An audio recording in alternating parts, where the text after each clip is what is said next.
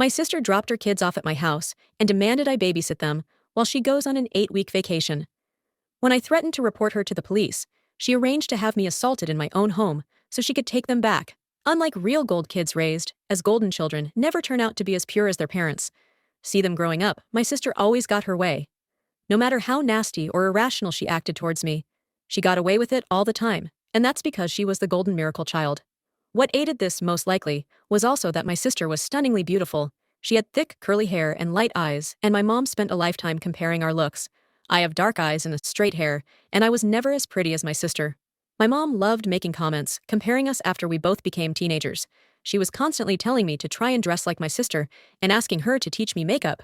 But my sister would also bully me and make fun of me if I ever asked her for help making myself prettier. That's how we grew up, to be extremely resentful of each other. I think my sister just latched on to the worst traits that we saw in my mother, while I rejected them all. I think being put on a pedestal her whole life by my mom for simply being beautiful turned her into a rotten person who doesn't care about anyone but herself and thinks she can get away with anything just because of her looks. The way my mom compared us and put me down led to me having a lot of self-esteem issues, and as an adult I am very quiet and reserved, and some people describe me as a pushover. Recently, I have been going to therapy to try to grow a stronger spine. Even though it has been hard trying to stand up for myself in my relationships for the very first time, I feel like the way my family treated me really screwed me up as an adult, and it's hard for me to maintain any healthy friendships or romantic relationships. My sister even slept with my boyfriend in high school and senior year, and for no real reason. She never liked him, and told me many times she thought he was ugly. My parents told me to let bygones be bygones. When they found out what had happened, my sister wasn't even given out to, and that was a moment where I truly realized just how much they preferred her over me. The way that my dad just stood by and watched my mom emotionally get under my skin for my entire life made me feel like no man would ever stand up for me or see worth in me, and it's very hard for me to trust and connect when dating. But my entire life hasn't been completely awful because of my mom and sister, because the one upside of being the ugly sister growing up meant that I had zero social life and spent all my time studying. I ended up graduating high school with a 4.0 and landed myself a full ride at my number one choice for university, which was great because my mom told me the night before I started high school that she was paying for my sister's college since she was the eldest, but I would have to go to community and pay my way through it on my own. I remember sobbing and asking her why she didn't love me like she loved my sister, and she insisted that she did, but my sister deserved it more since she was her firstborn the day I had landed my scholarship. I spent the entire day so excited to tell my parents about it. I guess part of me was kind of happy to have something that my sister didn't. My sister had spent all her time in high school partying and earning poor grades without any flack from my parents, and she was only going to college because my parents could pay for it. She wasn't even going to a very good one because her grades are so crap. So the day I rushed home to tell my family that I had gotten a full ride to a prestigious university, I'd never been so excited to share good news with my family. But when I got home and told my parents about my scholarship, all my dad said was good job, and my mom didn't even look up from her phone or give me any response. Then she ignored me for the entire week after I had shared that news. I tried to ask her why she was mad at me for getting a scholarship for college, but she literally just avoided making eye contact with me and walked into the other room. It was like she literally hated me for earning my scholarship when most parents would be excited, whatever.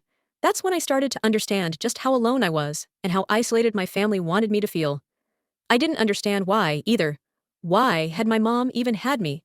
Just to spend a lifetime hating me, and in turn making me hate myself. The day I got my scholarship turned into one of the worst days of my life, as I cried myself to sleep, and accepted that I would never have a family that loved me, not like my sister did, and I despised her for it.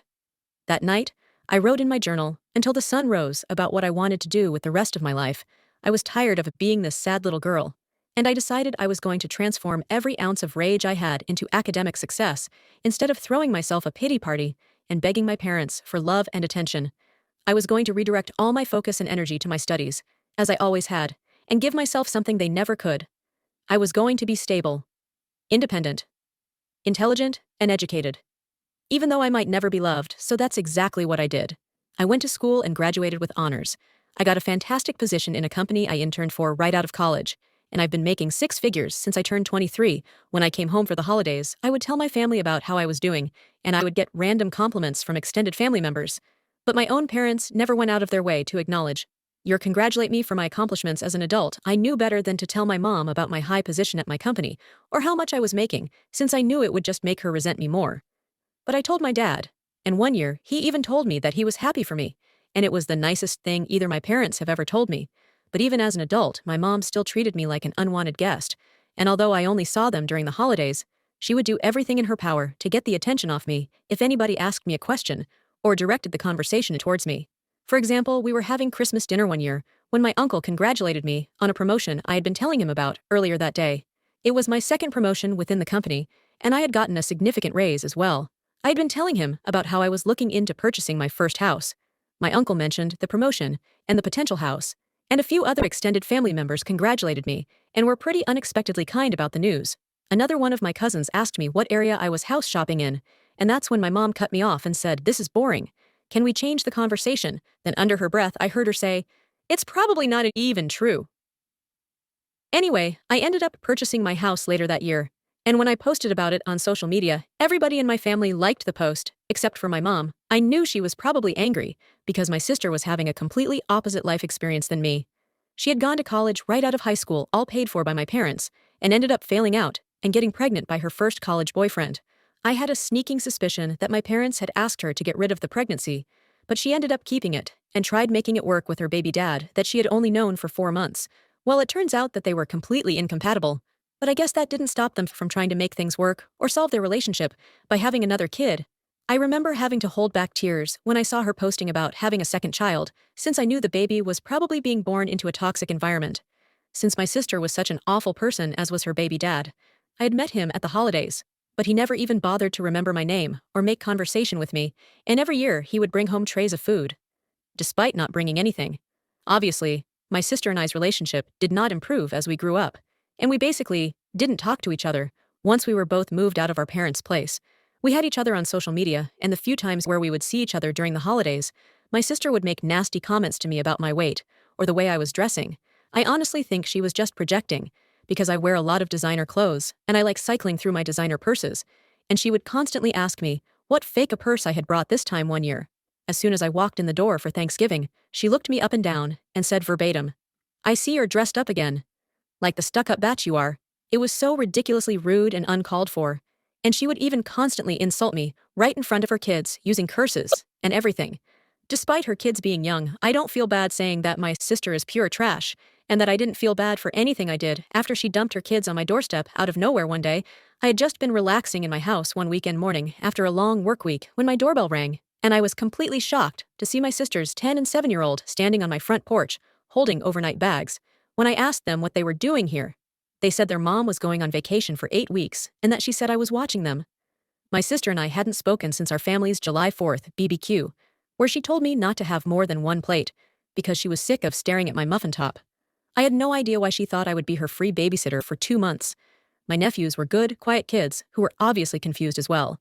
So I let them inside while I started calling my sister. My sister ignored my first 10 calls, but I kept at it until she finally answered. As soon as she picked up, I said that there was no way that I was watching her kids, and that if she wasn't here to pick them up herself as soon as possible, then I will be calling CPS on her. I was literally Googling the number for Child Protective Services while I had her on speaker when she dropped a bombshell on me. Her voice got incredibly deep and scary as she blackmailed me by saying that she would call my job and inform them that I was not taking my bipolar medication and get me fired. Even though my sister was an idiot who didn't understand anything about my job, my career was the most important thing to me, and I couldn't risk anyone threatening my position there. I just hung up after she said that and tried to figure out what to do next. I felt like my head was going to explode from the stress. Not only could I not watch her kids, but I had a trip planned a month from then to go visit my long-distance boyfriend Eric all the way in Australia and meet his family for the first time. We had been dating for a while, and I had been anticipating this trip all year. It was so important since he was introducing me to his mom and dad, and I wanted it to go perfectly. Now my life was thrown into chaos all because of my sister, and I had no idea what I was going to do. I had no idea who else to call, other than my mom, and I shouldn't have been surprised that she sided with my sister, just like she had literally always done. I told my mom that my sister hadn't even come to drop her own kids off, and she said that they were old enough to come to my house alone. Anyway, my mom started guilting me and saying that my sister has done a lot for me and that I needed to be there for her just this one time, since I never was. That made me lose my mind, and I screamed at her at the top of my lungs and asked her to tell me one single time where my sister has been there for me or improve my life. In any way, I told my mom that both her and my sister had never been there for me and had treated me like I was some unwashed dog in their house instead of their own family. I demanded my mom visit me So that worst case scenario, I could leave my mom in my house while I flew to Australia as my nephew's caretakers. Instead of me, I had very little hopes that my sister would abandon her trip to come back for her kids, since she was so quick to dump them on me when my mom finally got to my place. She was cold as ever and looked at me with the same hateful eyes that she always had for me. We sat down in my living room, and my mom explained to me that I was being an awful sibling to my sister as always, and lectured me about family being there in each other's times of needs. I ignored all my mom's appreciate crap and demanded to know exactly what kind of vacation my sister was on. That was so important that she would forget her kids and leave them with someone who essentially hated her, despite being her own sister. I told my mom that everything about this was weird and suspicious, and my sister disappearing for 8 weeks out of nowhere and leaving 2 young kids behind made no sense, and then I wanted the truth. If I was going to be involved without consent like this. That's when my mom's face changed, and eventually, she admitted to me that my sister wasn't just going on some vacation, she was actually being flown out by her sugar daddy. I literally laughed when she said this, because I thought she was joking, but her face was dead serious. I was so emotionally exhausted at that point, and I freaked out on my mom, asking her how she could be okay with this. In any way, I told her that she had raised a complete loser of a daughter, who left the country to go see a sugar daddy instead of just getting a job to support her kids. My mom, of course, threw all my words back in my face and defended my sister, as she always had. And at one point, she even said that it didn't matter how much money I had, or how nice my house was, that I would always just be the ugly duckling compared to my sister, born ugly, and I was going to die ugly after she said that I had to restrain myself from grabbing her by the shirt and throwing her out of my house when I screamed at my mom to get the hell out of my house. She yelled back that she wasn't going anywhere, and when I tried directing her out of the room, she pushed me with all her strength into a coffee table that had one of my favorite vases on it. My boyfriend had gifted it to me the last time he had visited us, and it was one of my favorite possessions.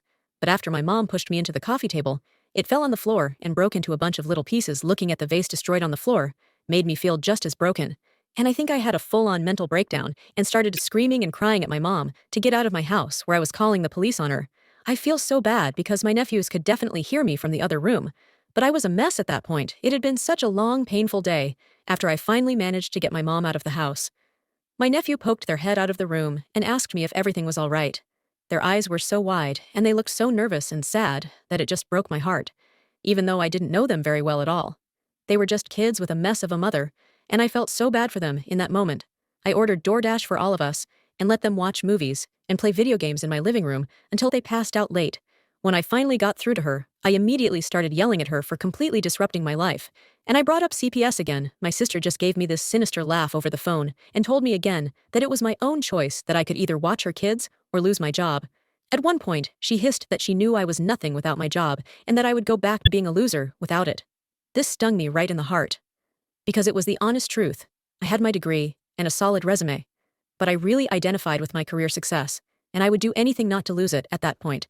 I was crying and asking my sister why she hated me so much, and why she had abandoned her little kids for a sugar daddy. She just said that she was the type of woman who could make millions from a sugar daddy in 2 months, and that was something I never had to worry about. I think she was just trying to break me down and make me feel small at that point. So I just gave up, and honestly, it was working. We went back and forth for a while until my sister literally hung up on me after a final threat of contacting my job, and I just broke down in tears again, realizing that I had no power against her.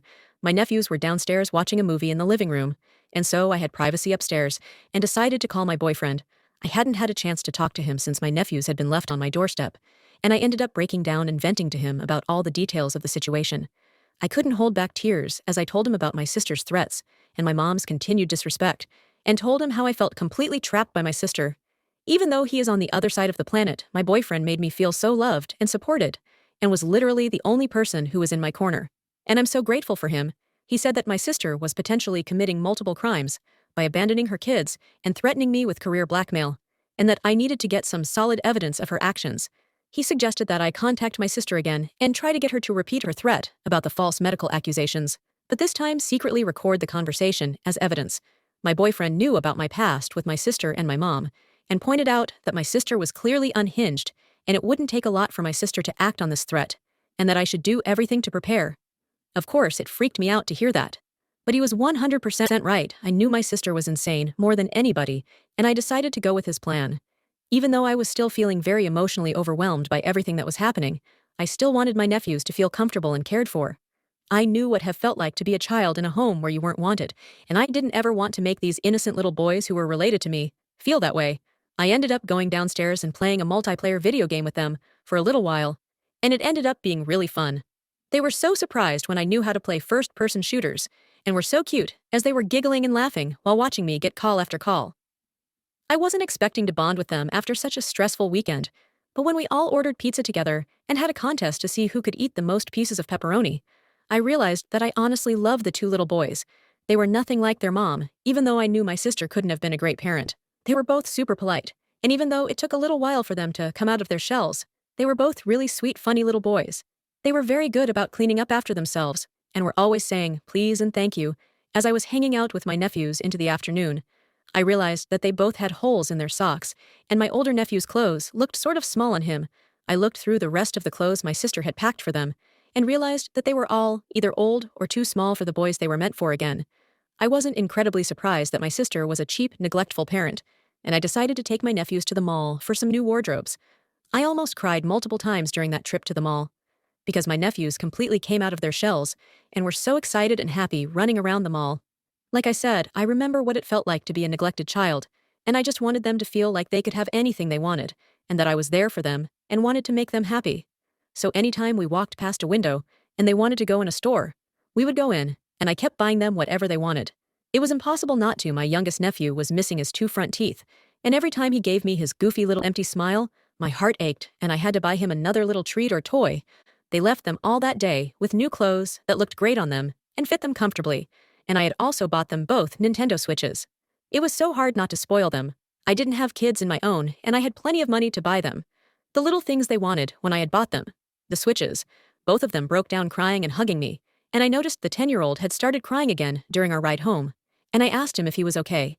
He looked at me through his tears in his eyes and asked me why I was being so nice to them and why they deserved it. I told him that they deserved my kindness, because they were my boys too, and that they were kids, and that alone meant they deserved to be happy. This only seemed to make him cry harder, and he told me that he was feeling angry at his mom for keeping us apart. This broke my heart, and I told him that I was sorry that we hadn't been able to get to know each other before, but I was really happy that he and his brother were here with me. Now, even if I hadn't expected it. I asked him some questions about how his home life was, and it was exactly as I expected. My older and younger nephew both slowly started to open up to me about how much their mom poorly treated them. At times my heart felt like he shattered into a million pieces. As I heard this, I knew that my sister and her baby dad were horrible people who were probably doing it, but it was another thing to hear it straight from their mouths and hear the pain in their voices. When we got home, I cooked a big dinner for all of us, and they PL on their Switches together for the rest of the night. I left them alone in the living room to go call my sister again. In my room, ready to play out the plan my boyfriend had given me. This time, I tried my best to stay calm and collected on the phone, even though I wanted to call my sister every name in the book, and it wasn't difficult to steer the conversation towards the medical accusation. As soon as I brought up CPS again, my sister freaked out and threw the threat at my face, insisting I would be fired for being a crazy in secret, and saying that she didn't care if I was actually taking my medication or not. Nobody was going to know if she was lying. She just kept telling me that nobody would believe a crazy sick like me, and that I didn't deserve my job anyway. I honestly think my sister might have been on drugs herself during this call, because she sounded strung out and just kept repeating crazy phrases. After I had gotten what I needed out of the call, I hung up on my sister, as she just kept saying that I didn't deserve anything in this life. I didn't deserve anything over and over again. Whatever, I pushed her words out of my mind, as I made sure that I had recorded the entire call successfully. I had my sister recorded on audio, saying that she was going to make false medical accusations to my employer. I realized how genius my boyfriend had been to suggest getting this recording, and I started emotionally preparing myself for the fallout if my sister followed through with her threat. After getting the recording, I tried my best to calm down and put my nephews to bed the next morning before they woke up. I called CPS as soon as the line opened and reported the entire situation. I explained how my sister had abandoned her children and how we were completely estranged. I even want us to say that she had not only abandoned them, but left them here under completely false pretenses and then used manipulation and coercion to force me to take care of them. I was surprised that CPS was actually pretty helpful, and I shared the recording with them. The agent that I spoke took a moment to listen to the recording and said that it was clear that my sister was using blackmail to neglect her children and was certainly committing a litany of crimes. The agent informed me that they would be opening an investigation immediately and that my sister would be contacted as soon as possible. I was shaking after the call and tried to decompress the best that I could and spend the rest of the day with my nephews, relaxing and bonding with them. My mom ended up calling me the next day, and I really have no idea why I even picked up. I think I was just still so disoriented and emotionally vulnerable, and ended up getting into another huge fight with her over the phone. I let it slip to her that I had gone and called CPS, and then my sister would finally pay for the way she treated me, and my mom hung up as soon as I said that. I'll be honest, I was shaking after those calls. Just making the call to CPS was so nerve-wracking, and then fighting with my mom over the phone and telling her about CPS felt like a huge mistake. I didn't regret calling CPS, but I knew that my mom would do anything to protect my sister, and that she didn't care about my nephew's safety, just the same as my sister. All I really knew about my mom was that she hated me, and that she loved my sister, and I was sure what would happen next.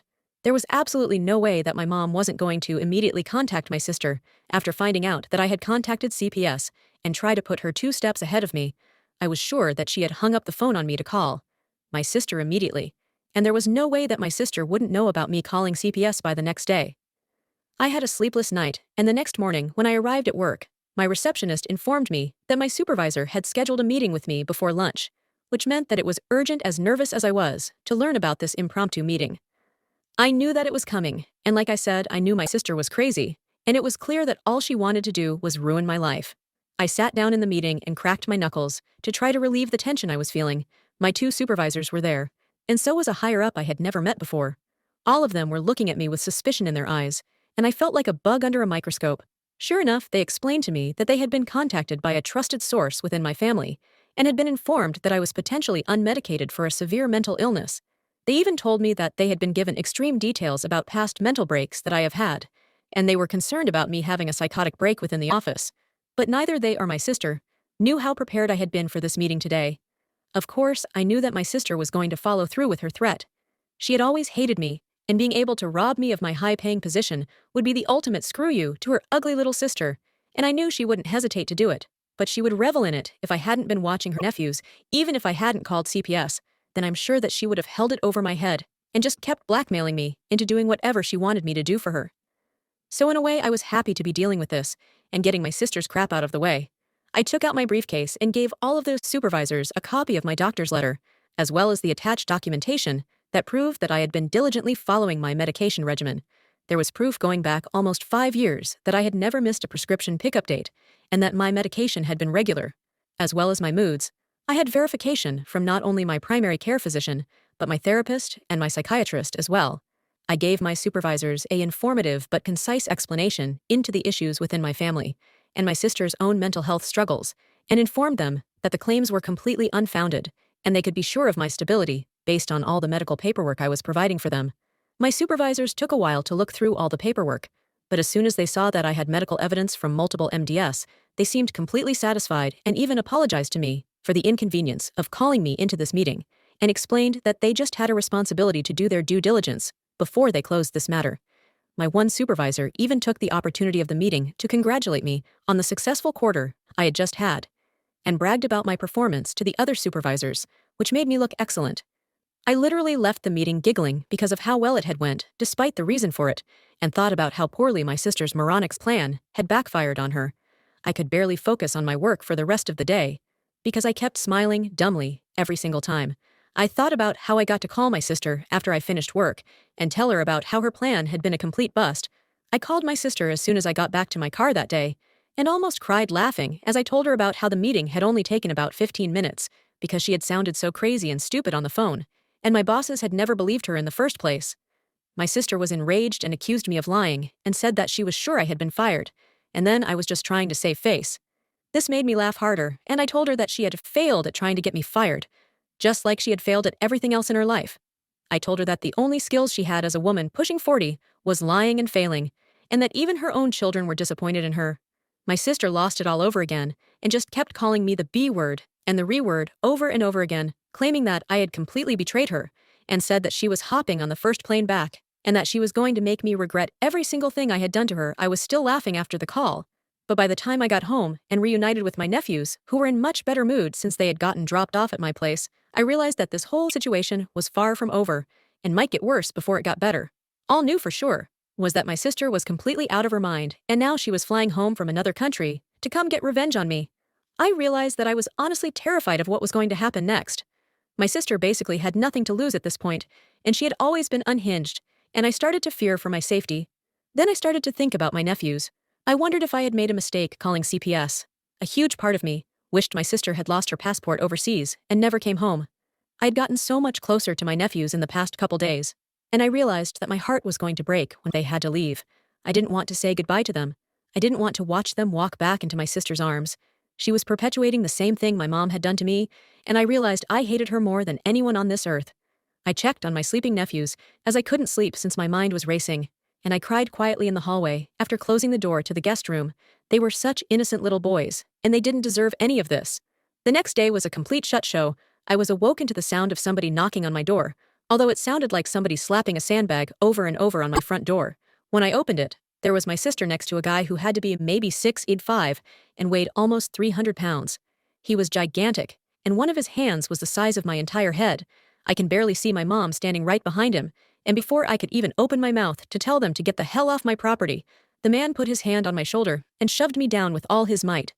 My sister and my mom and the stranger all made their way inside my house, and I was collapsed on my floor as soreness sank into my shoulder where the man had thrown me down. I immediately started screaming at my sister for bringing the stranger to my house and screaming at him not to touch me, but he seemed to speak only Russian. I had no idea how this was even happening, and then I realized that my sister had beat CPS to my house. They have been scheduled to come around 11 a.m. that day, but my sister had busted my door down at 8 a.m. My nephews had been woken up by all the commotion and were walking out of the guest room with sleepy eyes. At that point, I tried to get in between them and protect them from the stranger, but my sister barked at the man to go put my nephews in the car. It was complete chaos once they realized what was happening. Both my nephews started asking my sister to leave them with me. I tried again to pull my oldest nephew out of the huge stranger's arms, but this time he grabbed my head and threw it into the wall. I saw stars as I sank to the floor and watched him carry my two little nephews out of my house. There was nothing I could do. My mom was crying too, but she left with them as well before they all walked out of my house. My sister walked over to me as I held my head in my hands, and when I looked up at her, she spit at me. Square the face. It was the most disgusting thing anyone's ever done to me, and one of the worst days of my life. They all drove off in this giant black Suburban that I had never seen my sister in before. I had no idea who the man was, and I couldn't believe the trauma that my sister had just inflicted upon everyone. She hadn't even let them take any of their stuff they had left without any of their clothes. Neither of their switches. And no breakfast. My heart broke for them. And I had an anxiety attack like I had never had before. I didn't realize how much it would hurt to care so much for my nephews, but I seriously loved those boys with all my heart, and I just wanted to protect them and make sure that they were cared for, like I never had been when I was their age. But now they were scared and shoeless in some random car with my psychotic sister and a humongous stranger. I was so disgusted with my mom's behavior. I couldn't believe she had just stood by while she watched that huge man toss me around in my own home and pull my nephews out of their aunt's house without a word. I couldn't believe how evil my family had become, and I couldn't stop thinking about my nephews. After I calmed down from my anxiety attack, I realized that I needed to snap into action, and that time was of the essence, and I was running out of it. When I finally came to my senses, I immediately called the police, and it turned out that they were already aware of the ongoing investigation because of Child Protective Services being involved and having an open case against my sister. I gave them all of the details of what had just transpired in my home only minutes before, and the officer on the line was actually incredibly helpful. My voice was shaking, but I tried to stay steady and focused as I described the stranger, and I racked my mind to try to remember the image of the license plate. Luckily, because of how much responsibility I have in my job, I was used to picking up on and remembering little details that other people ignored, and I somehow managed to remember every single number and letter on the Suburban's license plate. I gave the cops a description of the stranger, the full license plate, and a description of the outfits that my mom and sister were wearing. I really do think my sister was high on some sort of uppers when she came to my house that morning. She looked absolutely feral and had this wild look in her eyes. I think she had been doing substances since she had landed overseas, wherever she was vacationing with her sugar daddy. My sister was crazy, but it was like something snapped in her, and I had never seen her act so truly unhinged and detached from reality. After I gave the cops every single little detail that possibly could remember about my sister and the car they had driven away in, I hung up and did my best to take my mind off things, but I literally could not focus on anything else. I couldn't sleep, I couldn't eat, I couldn't nap, I couldn't watch anything on TV.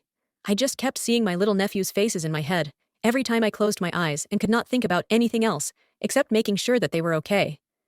I thought more about my mom and why she had always made excuse after excuse for my sister, and how it had enabled my sister to grow up into becoming a truly evil person.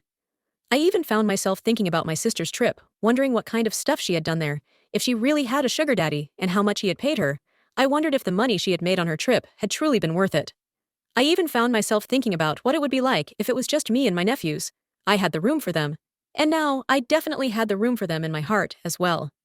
The more I thought about it, the more I wanted that outcome. My sister out of the picture. And just me and my nephews. I could give them everything that my sister couldn't. And if my sister and I ended up in front of a judge in a custody battle over my nephews, the judge would be staring at one woman with an overseas sugar daddy and another with multiple degrees and a penthouse office. I tried to think positive things, but random dark anxieties about my nephew's safety kept leaking into my mind. I wondered if the giant man she had brought in my house was her sugar daddy. I wondered if he was with my nephews. I'd just been laying on my couch staring at the ceiling, overthinking, not realizing how much time had passed, when I finally got a call back from the police station. They had been searching for the Suburban my sister had left in for hours, and finally found them. The officer who had called me back was the same one from earlier, and continued to be very helpful, and shared a lot of details with me. He told me that they had 3 different police cars on the scene when they went to pull over the black SUV, since they knew the man had already been violent that morning. Sure enough, even with firearms drawn on him, the man ran forward and trying to attack an officer, and ended up getting hit in the thigh. He had punched 2 officers in the head and given a female officer a black eye. My sister had also physically attacked the officer who had tried to put handcuffs on her. Initially, I tried to picture it. My insane sister and the giant stranger physically battling a group of cops on the shoulder of the highway. I could not believe that something like this was actually happening in my family, and I wasn't just watching it on reality TV or something.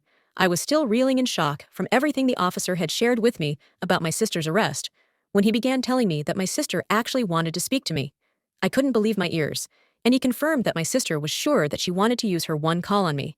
I asked the officer if he thought she was going to ask me for bail money, and he was honest and said yes. That's what she was screaming about. I told the officer that I wasn't even going to take her call and that she could rot in there for all I cared. The officer ended up giving me an understanding laugh, and I finally finished up the call without speaking to my sister. It was a complete mess, even though my sister was finally behind bars where she belonged. I found out my nephews were in CPS protection, and although they were safe, I was so worried. I also only had a week until my Australia trip, and if I didn't go, I would be losing thousands and thousands of dollars in bookings. Also, as I had mentioned earlier, if I cancel this trip, it would have looked extremely disrespectful to my boyfriend's family before I even got a chance to meet them. I had planned on marrying my boyfriend one day, and the last thing I wanted to do was give his family a bad first impression of me if I was going to be in their life forever. I called CPS to check on my nephews and just asked if I could speak with them, but they didn't let me. I tried to explain to them that I was family, and some of the only mentally stable family they had, but they didn't care. I was dealing with a different department than I had contacted before, and they were relentless at that point. I was completely emotionally exhausted, and I had officially ran out of options. I spent the rest of the week trying my best to prepare for my trip, while continuing to burst out in random tears as I remembered my nephews and thought about where they might be. I felt so bad because my boyfriend and I had been so excited for this trip for so long, and now it was finally here, and I was completely distracted and full of anxiety. All of our conversations during the week leading up to my flight ended up being about how nervous and tense I was feeling, even though my boyfriend was incredibly kind and supportive. As always, I was so angry at my sister for how she had treated her nephews and me, and I couldn't believe how disrupted my life had become because of my sister's one choice to go visit her stupid sugar daddy. I was so thankful that my job had been understanding, but just thinking about how my sister had been so quick to try and get me fired made me feel so betrayed and distressing of anybody in my family. Even my dad was off somewhere and not getting involved in all this drama, when he surely was aware of all of it. He was spineless, just like my useless mom. My mom didn't even care about her grandchildren. She had enabled my sister's idiot choices, and that had led to her grandchildren being in the custody of strangers. I was sitting at the bar at the airport on the day of my flight to Australia, 2 cocktails deep, when I started looking at some photos of my nephews that I had taken while they were staying with me. We had taken these silly photo booth pictures at the mall all together, and I couldn't help but begin crying all over again over how much I loved and missed them. I decided that that would be the last time I cried until I landed back in America and told myself that I really needed to try my best to enjoy the time with my boyfriend and his family. I had a life as well, and I couldn't let my sister ruin my time, even from all the way across the globe. My time in Australia ended up going amazingly. I hadn't seen my boyfriend in months, and when he ran to me in the airport and picked me up, princess style, I felt my heart explode from happiness. I had been through so much in those past couple of weeks, and just being back in the arms of my boyfriend, who was so warm and caring to me, made me feel so healed. And he spent every moment of the trip catering to me. Meeting his family went excellently, and I got along with both of his parents. As soon as I was introduced, they turned out to be really fun, active people, and we did a lot of sightseeing together, where they took me to their favorite nature hikes and views in their area. At one point, my boyfriend took me on a hike, just the two of us, to his favorite secret waterfall, and we skinny dipped together and just swam and laughed and kissed for hours. It was one of the most romantic days of my life, and I could not believe how perfectly the trip had gone, even though I was so worried before I left. But of course, when I got home, the nightmare with my sister resumed. I decided to head to the local police station a couple days after I landed back in the US to officially press charges against not only my sister, but my mom for breaking and entering into my home. They had that man literally pick me up and toss me to the side so that they could barge into my house, and I was not letting that slide. When I went to go file the charge, I learned that the CPS investigation into my sister was ongoing, and I was kind of frustrated to hear that they hadn't found anything conclusive yet. If they just spoke to my nephews, they would have understood what they had been through, on top of that my sister had literally been arrested with a guy who had attacked multiple cops, and so I didn't see how that was improve, that she was clearly an unfit parent for my nephews. I left the police station that day, content that the charges were filed against my family, but incredibly frustrated to learn that the CPS investigation wasn't resolved yet. I just kept worrying about my nephew's safety and knew that them being with strangers couldn't have been good for them, even if it was better than being with my sister. I also could not stop thinking about how my sister had dragged them out of my house that morning without letting them grab any of their things. My youngest nephew had this little dog plushie that he brought literally everywhere. I had been sleeping with it ever since my sister had taken my nephews away that day. And some mornings, it made me want to cry, just to wake up and see that little plush dog looking back at me. Like I said, my sister hadn't even let them put their shoes on. The poor little boys were probably so disoriented and felt so lost and abandoned, and I just wanted to make things right for them. But I felt like I had no power until CPS finally made a decision about a month after my sister's arrest. After calling CPS every single day and demanding updates on her case, they had finally come to a conclusion. They had made a decision to officially remove both my nephews from my sister's custody and put them in protective care. When the CPS agent first explained this to me, I was annoyed. I asked him to explain how that was any different than what had been going on, and they said that it now meant that my sister was not only being taken to court, but she would have to go to court if she wanted custody back of her kids ever again. I asked the CPS agent if it was likely she would win if she tried to get custody back, and the CPS agent told me that it depends if any other more fitting relatives would show up to court and ask for custody of my nephews. I knew immediately that that was what I was going to do, and I opened a separate court case in an effort to try to win custody of my nephews. I didn't care how long it took. I didn't care how expensive the legal fees would be, and I opted to get the best lawyer that I could afford to work on my custody case, since I knew it was one of the most difficult legal battles you could enter into. But before the custody case even started, the case I had against my sister for the breaking and entering into my home was the first one to begin. I know some people might judge me for taking my own sister to court, but I literally would have fist-fought her in a Wendy's parking lot at that point. But I figured I should follow the law. If I ever wanted custody of my nephews at the end of the day, that was my only goal in all of this. I just wanted my sister out of the way, and my nephews back at home with me. On the first day of our trial, I saw my sister in court, and it was the first time we had seen each other since the day she had broken into my house and let the man attack me. The very last interaction her and I had had was me looking up at her and her spinning a huge glob of spit directly into my face, so it was fair to say that neither of us were excited to see the other. Well, the trial began, and eventually the judge mentioned that I had opened a custody case against her for full custody of my nephews. I guess my sister's public defender hadn't informed her before then, and she was finding out for the first time in the courtroom that day. Well, my sister has never been one to react well to bad news, and after the judge let the news slip about my custody charges against her, my sister completely snapped. Despite us being in the middle of a courtroom, my sister slowly angled her body towards me, screamed my name, and then pounced on me like some sort of crazed hyena. She was clawing and scratching on my face and trying to rip out chunks of my hair. It didn't take long for the bailiff to come over and pull her off of me, but she managed to bite down extremely hard on my forearm right before he got to her. It was one of the worst pains I had ever felt in my life, and the bite looked nasty and ended up getting infected. All this happened right in front of the judge, and once everything had calmed down, I knew my sister had just sealed her entire fate. It took months and months, almost 2 years actually, for all of the criminal charges against my sister to pass, and for her to finally get locked up for good. She was serving a life sentence thanks to all of her crimes stacked up on top of each other, and there was no way she was seeing the light of day anytime soon. Since her chances for appeal were so poor, I never dropped the breaking and entering charges against my mom, and the only way my mom managed to stay out of prison was by testifying against my sister in court and throwing her under the bus. I don't think I've ever felt such sweet satisfaction as watching my mom blame my sister for everything that had happened while sobbing her usual crocodile tears. I could not believe that my mom was finally betraying her perfect golden child, even though it had taken a lifetime as well as the government's help. I knew that day, looking up at my mom on the stand, that it was the last time I was ever going to see her. It was last time I ever wanted to see her. I had seen enough of her and my sister for a lifetime, and I was done with their constant toxicity. My sister had completely transformed my life into a never-ending legal battle, and I just wanted to have a normal day-to-day life, again. The custody battle for my nephews dragged on.